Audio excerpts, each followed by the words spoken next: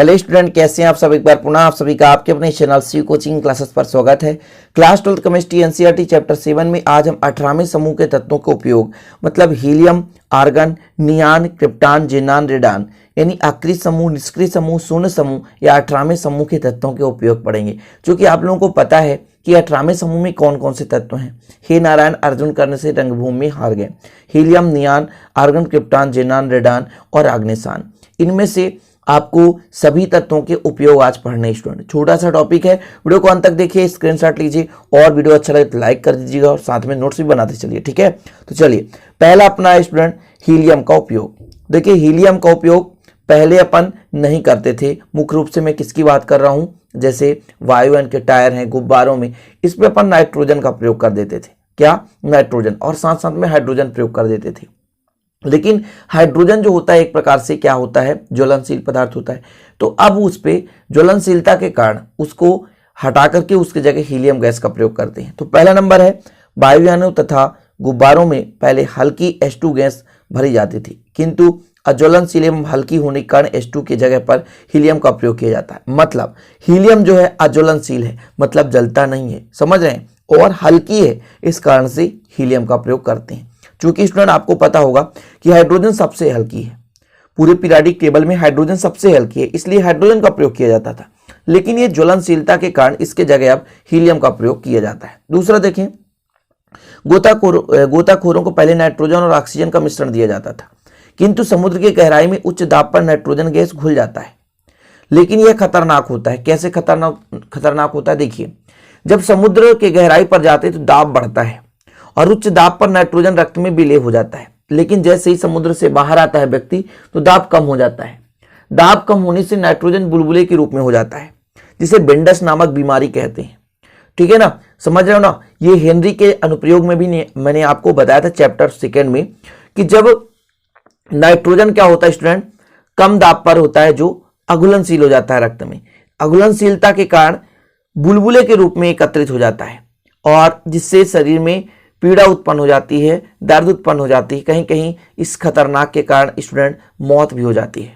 समझ रहे हैं ना। तो इसके कारण जो अब प्रयोग में है, नाइट्रोजन को हटा दिया गया है, उसकी जगह हम हीलियम गैस का प्रयोग करते हैं। तो पहले जो गोताखोर समुद्र के अंदर जाते थे तो नाइट्रोजन और ऑक्सीजन का मिश्रण दिया जाता था, लेकिन समुद्र की गहराई में उच्च दाब के कारण नाइट्रोजन गैस तो विलय हो जाता है, लेकिन जैसे ही व्यक्ति बाहर आता है तो कम दाब के कारण नाइट्रोजन रक्त से अविलय हो जाता है और बुलबुले के रूप में हो जाता है, जिसे बेंडस नामक बीमारी कहते हैं। इस खतरनाक को देखते हुए, मतलब इस खतरनाक बीमारी को देखते हुए नाइट्रोजन की जगह अब हीलियम और ऑक्सीजन का मिश्रण प्रयोग किया जाता है। ठीक है, अगला, दमा के रोगियों को भी हीलियम ऑक्सीजन का मिश्रण श्वसन के लिए दिया जाता है। साथ में आगे लिख लें, एरोप्लेन के टायरों में भरने के लिए हीलियम गैस का प्रयोग किया जाता है। ठीक, तो ये हो गया आपका कंप्लीट हीलियम का उपयोग। अब आपको आर्गन का देखना, फटाफट 2-3 उपयोग हैं। विद्युत बल्बों में भरने के लिए, अक्रिय वायुमंडल उत्पन्न करने के लिए, रेडियो के बल्बों और विसर्ग नलियों में। देखिए विद्युत बल्ब को अपन जब बनाते हैं तो उस पर आर्गन गैस भरते हैं। कारण क्या होता है, जिससे आप लोगों को पता होगा कि कोई भी पदार्थ है लगातार गर्म होता जाए, कोई भी पदार्थ है लगातार यदि गर्म होता जाए तो एक टाइम में वो पिघल जाएगा। लेकिन विद्युत बल्ब में जब आर्गन भर देते हैं तो जो गैस होता है वो उस ऊष्मा को अधिशोषक का काम करता है, उस ऊष्मा को ले लेता है, जिसके कारण से उस तंतु का, जैसे फिलामेंट होता है, जो तंतु होता है ना, जिसका भी बना रहा है स्टूडेंट, तो नाइक्रोम का तार का बना होता है, आप लोगों को पता होगा। तो नाइक्रोम का जो तार है वो अत्यधिक मात्रा में ऊष्मा ना रह सके उस पर, क्योंकि वो ज्यादा मात्रा में जब ऊष्मा रहेगा तो वो पिघल जाएगा। इसलिए से जो चारों ओर गैस भरी जाती है वो गैस जो है उस ऊष्मा को ऑब्जॉर्व कर लेता है और वो पिघलने से बच जाता है। समझ गए। इस तरह से विद्युत बल्बों में आर्गन गैस का प्रयोग किया जाता है। अक्रिय वायुमंडल उत्पन्न करने के लिए, जैसे मान लीजिए किसी भी पात्र के अंदर कोई भी वायु ना हो या जिसे कहते हैं निर्वात, तो अपन क्या करते हैं स्टूडेंट कि इस गैस का प्रयोग करते हैं। अक्रिय मतलब कोई क्रियाशील ना हो। अक्रिय वायुमंडल मतलब होता है कि अक्रिय मतलब किसी से क्रिया ना करे।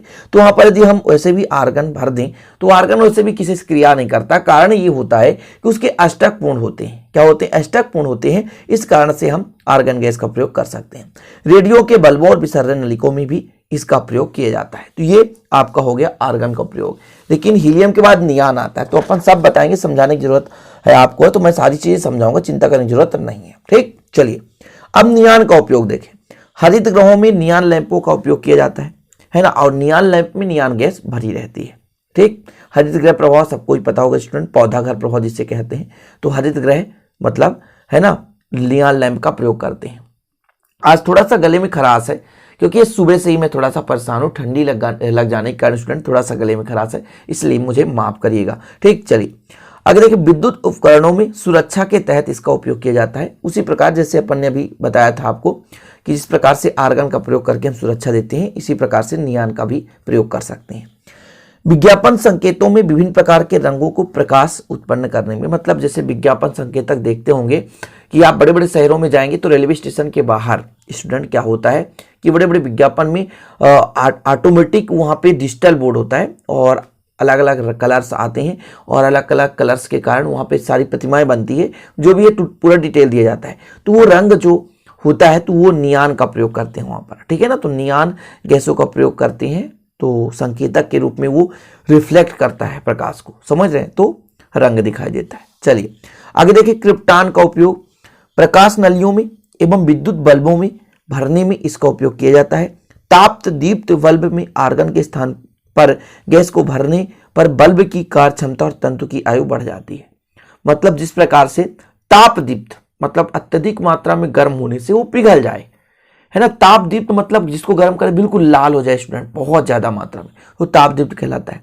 अब इसके स्थान पर अपन क्रिप्टान भर देते हैं जिससे उसकी ऊष्मा को ग्रहण करता है और बल्ब की क्षमता बढ़ जाती है, मतलब नष्ट होने से बच जाता है। जेनान का उपयोग देखें, जेनान को आर्गन के समान विद्युत बल्ब में भरते हैं। सेम कंडीशन, जेनान अधिकांशतः इनका प्रयोग बल्बों में ही होता है विभिन्न प्रकार के कलर उत्पन्न करने के लिए। जैसा कि आप लोग देखते हो कि कभी कभी कलर्सफुल है ना बल्ब मिलते हैं, तो वहां पर ये गैसें ही भरी रहती हैं, अलग अलग प्रकार की गैसें होती हैं जो कि प्रकाश को रिफ्लेक्ट करती हैं, समझ रहे हैं ना। चलिए, वेंडस नामक बीमारी तो समझ गए होंगे, नाइट्रोजन के कारण उत्पन्न होता है। चलिए अगला देखें, गामा किरण एवं न्यूट्रॉन आवेश रहित विकिरण को पहचान करने में, कि कौन सा गामा किरण है या कि जिसमें आवेश रहित कोई भी कण है जैसे न्यूट्रॉन है, इसको पहचानने के लिए हम जेनान का प्रयोग करते हैं। रेडान का उपयोग कैंसर के उपचार में बहुत इंपॉर्टेंट है। इनमें से सबसे इंपॉर्टेंट है, ये ऑब्जेक्टिव टाइप में आता है कि कैंसर के उपचार में किस गैस का प्रयोग करते हैं, तो रेडान गैस का प्रयोग करते हैं। यदि 4 ऑप्शन दे दे तो इनमें से आपको रेडान लगाना है, ठीक है ना। शरीर में दुर्विकसित अवयवों को हटाने में, दुर्विकसित अवयवों को, जैसे स्टूडेंट आपके शरीर में कुछ एक्स्ट्रा फफोले फुंसी हो जाते हैं, जो कि जैसे आप लोग देखे होंगे शरीर में कभी कभी अवांछनीय फुंसियां आ जाती है, उनको हटाने के लिए भी हम रेडान गैस का प्रयोग करते हैं। तो ये डॉक्टर लोग करते हैं, आप लोग नहीं कर पाओगे, ध्यान रखना।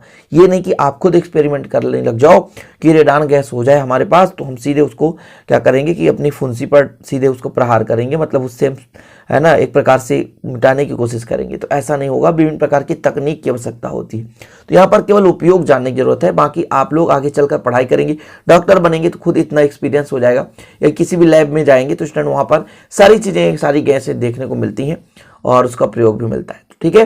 तो छोटा सा वीडियो था, पूरे गैस है और महत्वपूर्ण था, इसे आप लोग तैयार कर लें। इससे आपको पेपर में तो आता ही है, लेकिन साथ में स्टूडेंट ये आपको अपने दैनिक जीवन में बेसिक जानकारी भी जरूरी था कि वास्तव में इनका प्रयोग कहाँ होता है, कैसे क्या किया जाता है। तो छोटी मोटी जो जानकारी है यदि इसे तैयार कर लेंगे तो आगे चलकर आपको है ना कहीं हेल्पफुल होगा।